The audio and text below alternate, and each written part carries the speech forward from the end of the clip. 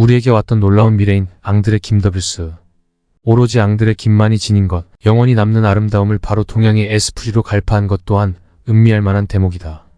그의 삶은 소박했고 정직했으며 세상을 향한 시선은 따뜻했고 그의 꿈은 시간을 넘어서서 영원 속을 거닐고 있었으며 그의 패션은 한국의 미학의 수노인 정갈한 문양으로 남았다. 앙드레 김을 우리는 얼마나 알고 있는가? 우리가 지닌 이 빼어난 감수성의 현자를 제대로 되새길 필요가 있지 않을까? 더블스 탐구 자기를 세계화한 선구적인 예술 고집. 앙드레 김, 김봉남 1935만 2010은 자신의 이름을 국제적인 고급 브랜드로 만든 사람이다. 꾸준히 우아한 이미지를 구축해온 그의 삶은 우연한 기회에 드러난 뜻밖의 촌스러움 때문에 오히려 대중적 친밀감을 키우기도 했다. 촌스러움을 그는 부끄러워하지 않았고 소박함과 열정을 잘 조화시켜 독창적인 자기 세계를 이룬 미천으로 여겼다. 화제가 되었던 그의 말들을 돌아보면서 우리 시대의 현자로 살았던 그를 추억한다. 국내 첫 남자 디자이너였던 앙드레 김은 살롱 앙드레를 연지 4년 만인 1966년 9월 파리 의상조합 초청으로 파리 패션쇼를 연다. 한국인이 파리에서 패션쇼를 연 것은 처음이었고 현지 언론들은 동양의 고유한 나라로부터 강한 바람이 불어왔다고 찬사를 보냈다.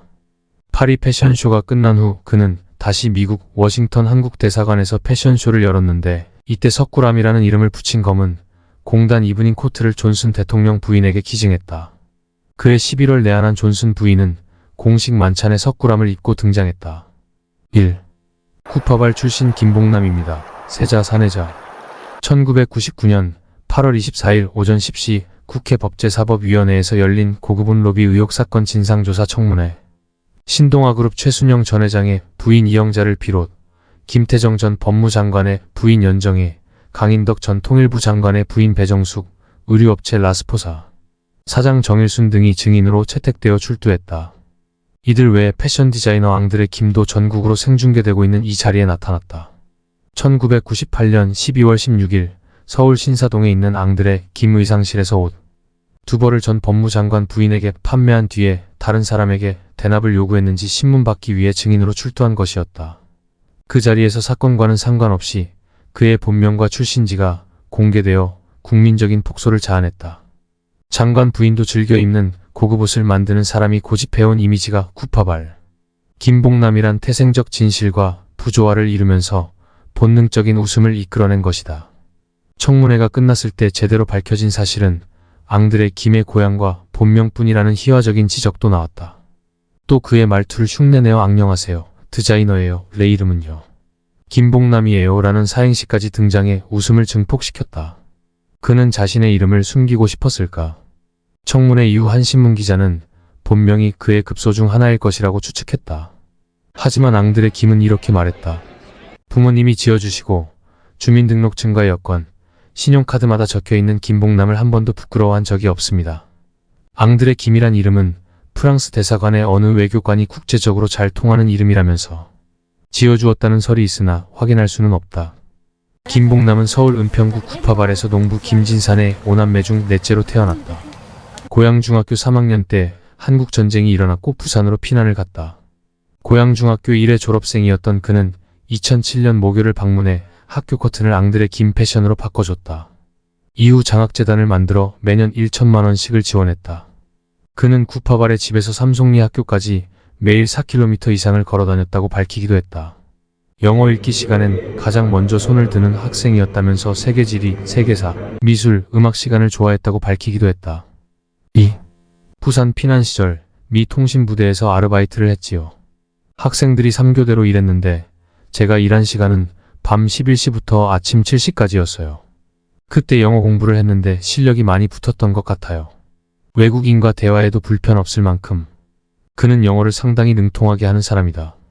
밤잠을 아껴 배우고 익힌 영어가 그에게 국제적인 명성을 가져다 주는데 큰 도움을 주었을 것이다.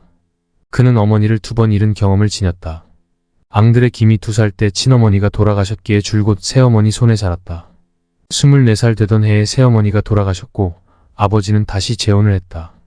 고양군에서 신도초등학교를 나와 고양중학교를 다니던 중 전쟁이 일어났고 부산으로 피난 가서 그곳에서 한영고등학교를 졸업했다. 그 뒤 혼자 서울로 돌아와 공부를 시작했다. 1961년 26세의 나이로 국제복장학원 1기생으로 입학했고 다음 해에 졸업했다. 패션 공부를 하고 싶은데 일이 잘 풀리지 않자 어머니가 이름이 나빠 그런 것이라며 김성진으로 개명해준다. 학원을 등록할 때는 김성진이라고 썼다. 오적 이름은 여전히 김봉남. 학원 시절 알게 된 지인들은 그를 김성진으로 기억한다.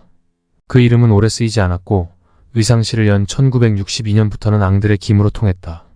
그가 패션에 입문한 것은 당시 국제 양장사를 했던 최경자의 권유에 의해서였다. 최경자는 국제복장학원 설립자이면서 한국 패션계의 데모다.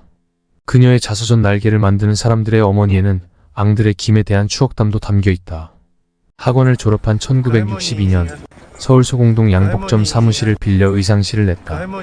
국내 첫 남자 디자이너였던 앙드레 김은 살롱 앙드레를 연지 4년 만인 1966년 9월 파리 의상조합 초청으로 파리 패션쇼를 연다. 한국인이 파리에서 패션쇼를 연 것은 처음이었고 현지 언론들은 동양의 고유한 나라로부터 강한 바람이 불어왔다고 찬사를 보냈다. 파리 패션쇼가 끝난 후 그는 다시 미국 워싱턴 한국대사관에서 패션쇼를 열었는데 이때 석구람이라는 이름을 붙인 검은 공단 이브닝 코트를 존슨 대통령 부인에게 기증했다. 그해 11월 내한한 존슨 부인은 공식 만찬에 석구람을 입고 등장했다. 국제올림픽 위원장이던 사마란치는 앙드레 김의 팬이었다. 서울, 바르셀로나, 애틀랜타 올림픽 때 항상 앙드레 김 패션쇼가 있었다. 이집트에서도 패션쇼를 선보였다. 나일 힐튼 호텔 패션쇼에 있던 수잔 무바라크 이집트 대통령 부인은 그 뒤 내한했을 때 앙드레 김을 찾았다. 해외에서 30여 차례, 국내에선 100여 차례 단독 패션쇼를 가져 국민 디자이너라는 명성을 얻었다. 3. 엘레강스하면서 우아하고 판타스틱하면서 환상적인. 유행어가 된 이 말은 앙드레 김이 외국어를 많이 쓰지만 왠지 엉터리일 거라는 생각을 불러일으킨다. 엘레강스와 우아함, 판타스틱과 환상적임은 동어 반복이기 때문이다. 그렇지만 이 말을 곱씹어보면 국제적인 소통과 한국인으로서의 소통을 함께 하고자 했던 그의 평생의 지향점이 숨어 있다는 걸 알게 된다. 나름대로 패션을 통해 한국의 문화 정신을 세계에 알리는 게 사명이라 여겼고 패션이 다른 분야와 마찬가지로 예술적이고 낭만적인 것으로 보여지길 꿈꿔왔습니다. 그래서 국산 소재를 자랑스럽게 썼죠. 사람들이 나를 국민 디자이너라고 부르는 건 이를 인정해준 것이라고 봐요. 온로비 청문회 때 밝혀진 사실 중에 앙드레 김의 의상 가격도 있었다. 위원들이 그에게 800만원, 1000만원 하는 옷을 판매한 적이 있느냐고 묻자 그는 정색하며 그것은 아닙니다. 전혀 아닙니다. 라고 말했다. 앙드레 김은 옷값을 공개했다. 평상복 정장은 135만원에서 200만원, 웨딩드레스나 파티복은 290만원까지 받는다고 했다. 그 이상은 없었다. 김태정 전 장관 부인 옷값 2,400만원 의혹은 250만원이 10배 정도 부풀려진 것이라는 게 드러났다. 그는 옷을 고급화하기 위해 모피를 쓰지 않았다. 그렇지만 고급 이미지를 유지하기 위해 남다르게 신경을 썼다. 어느 화장품 회사는 앙드레 김 화장품을 만들자고 제의해왔고 그 뒤 향수, 여성 정장, 홈패션, 스포츠웨어, 캐주얼웨어, 베이비웨어, 액세서리, 안경 등에서 제휴 제의가 쏟아졌다. 하지만 로열티가 적어 품위를 지키는데 문제가 있다고 생각한 앙드레 김은 모두 거절했다. 저는 처음부터 주한 외교사절을 대상으로 패션쇼를 했기에 한국적인 것을 보여주고 싶었습니다. 옷감을 국산만 썼고 모피는 전혀 쓰지 않았습니다. 혹여 밀수품이 될 수도 있으니까요. 저는 실루엣 디자인뿐 아니라 디테일하게 술을 놓아 옷감을 디자인하는 것을 즐겁게 생각합니다. 그의 전략은 소재가 뚜렷이 한국적 정체성을 갖는 것에도 있었다. 외국인에겐 엘레강스하고 우리에겐 우아한 까닭이 바로 여기에 있다. 앙드레 김이 흰색을 고집한 까닭은 어머니에 대한 그리움 때문이었다고도 한다. 그의 어머니는 가난한 살림살이에도 자식들에게 늘 하얀 옷을 입혔다. 어머니가 심장마비로 돌아간 뒤 앙드레 김은 흰색 옷에 대해 애착을 지녔다. 어머니를 보는 듯한 시선으로 흰색을 대했다. 흰색은 그에게 늘 눈부신 어머니가 되었다. 처음에는 잡지 인터뷰 기사에 실릴 사진을 찍기 위하여 화장을 했지만 그 뒤로는 항상 파운데이션을 곱게 발랐다. 청문회 때도 하얀 옷, 하얀 얼굴로 나왔다. 4. 저는 가와바타 야스나리의 설국을 좋아합니다. 저는 늘 이런 하얀 세계를 꿈꿉니다.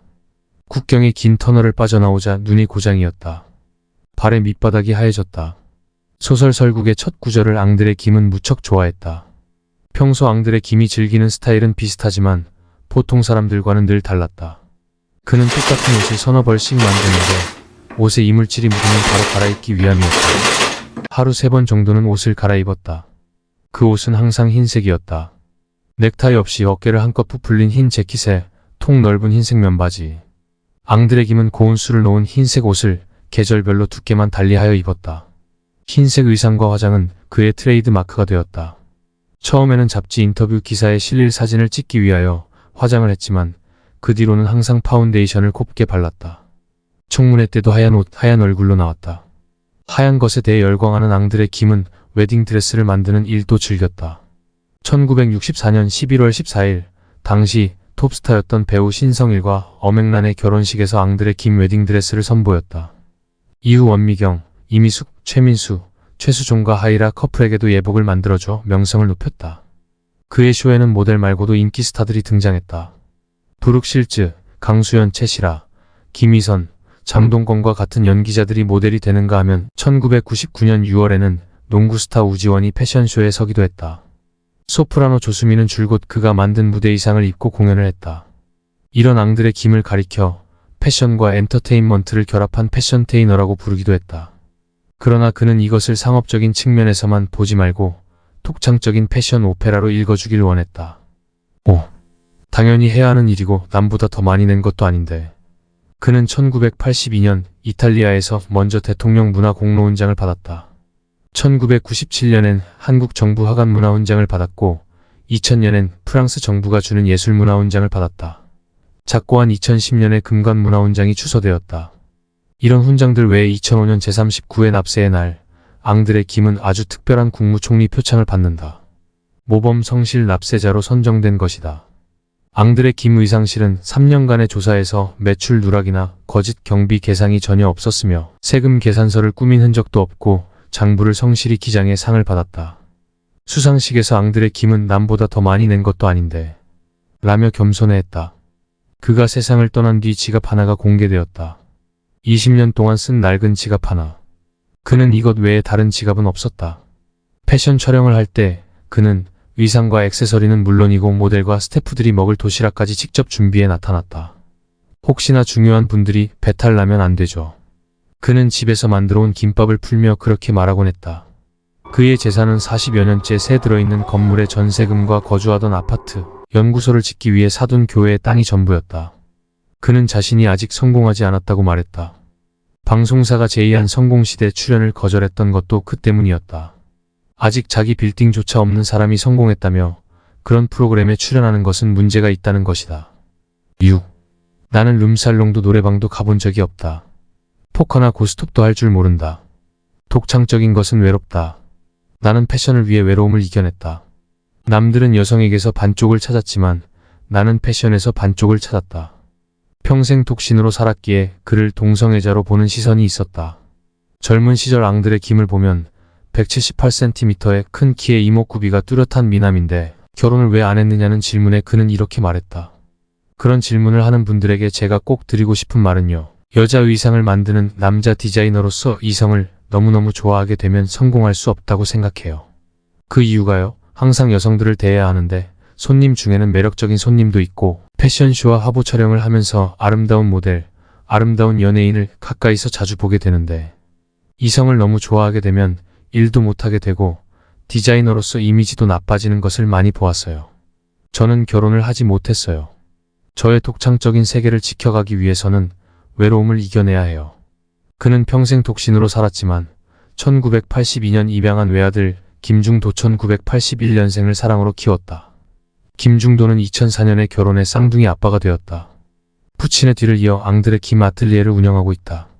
한때 중고교 교복이 특이한 디자인으로 나오면 앙드레 김이 디자인했다는 소문이 돌기도 했다. 그런데 실제로 앙드레 김 디자인으로 나온 교복은 전국에서 한 곳뿐이었다. 용인한국 외국어대학교 부설고등학교 교복이다. 아들 김중도가 외국어대를 졸업한 뒤인 2005년 대학재단에서 앙드레 김에게 교복 디자인을 부탁했다. 앙드레 김은 아들을 키워준 대학에 감사하는 마음으로 비용도 받지 않고 학교 교복 디자인을 해줬다고 한다. 아들을 얼마나 아꼈는지 짐작할 수 있는 대목이다. 7. 20세기라는 과거에서 태어나 21세기라는 미래까지 활동했으며 유행에 연연하지 않고 동양의 에스프리가 담긴 독창적인 세계, 순수한 영혼의 세계를 추구한 패션 디자이너. 2002년 앙드레 김에게 한 신문 기자가 묘비명에 어떻게 적혔으면 좋겠느냐고 물었을 때 그는 저렇게 대답했다. 그의 비전이 새로운 세계에 빛을 발할 것을 믿었던 것일까. 패션에 평생 몸담은 사람이 자신의 철학을 유행에 연연하지 않고라고 함축하는 것을 보면 그가 추구한 본질적 독창성과 순수한 영혼에 대한 열망이 느껴진다. 오로지 앙드레 김만이 지닌 것, 영원히 남는 아름다움을 바로 동양의 에스프리로 갈파한 것 또한 음미할 만한 대목이다. 그의 삶은 소박했고 정직했으며 세상을 향한 시선은 따뜻했다. 그의 꿈은 시간을 넘어서서 영원 속을 거닐고 있었다. 그의 패션은 한국의 미학에 수놓은 정갈한 문양으로 남았다. 앙드레 김 생전에 발행된 자서전은 2002년 마이 팬터지가 유일하다. 2010년에 개정판이 나왔다. 2010년 잡지 Elle 12월호의 부록으로 나는 앙드레 김입니다가 나온 적이 있다. 우리에게 왔던 놀라운 미래인 앙드레 김을 우리는 얼마나 알고 있는가. 우리가 지닌 이 빼어난 감수성의 현자를 제대로 되새길 필요가 있지 않을까.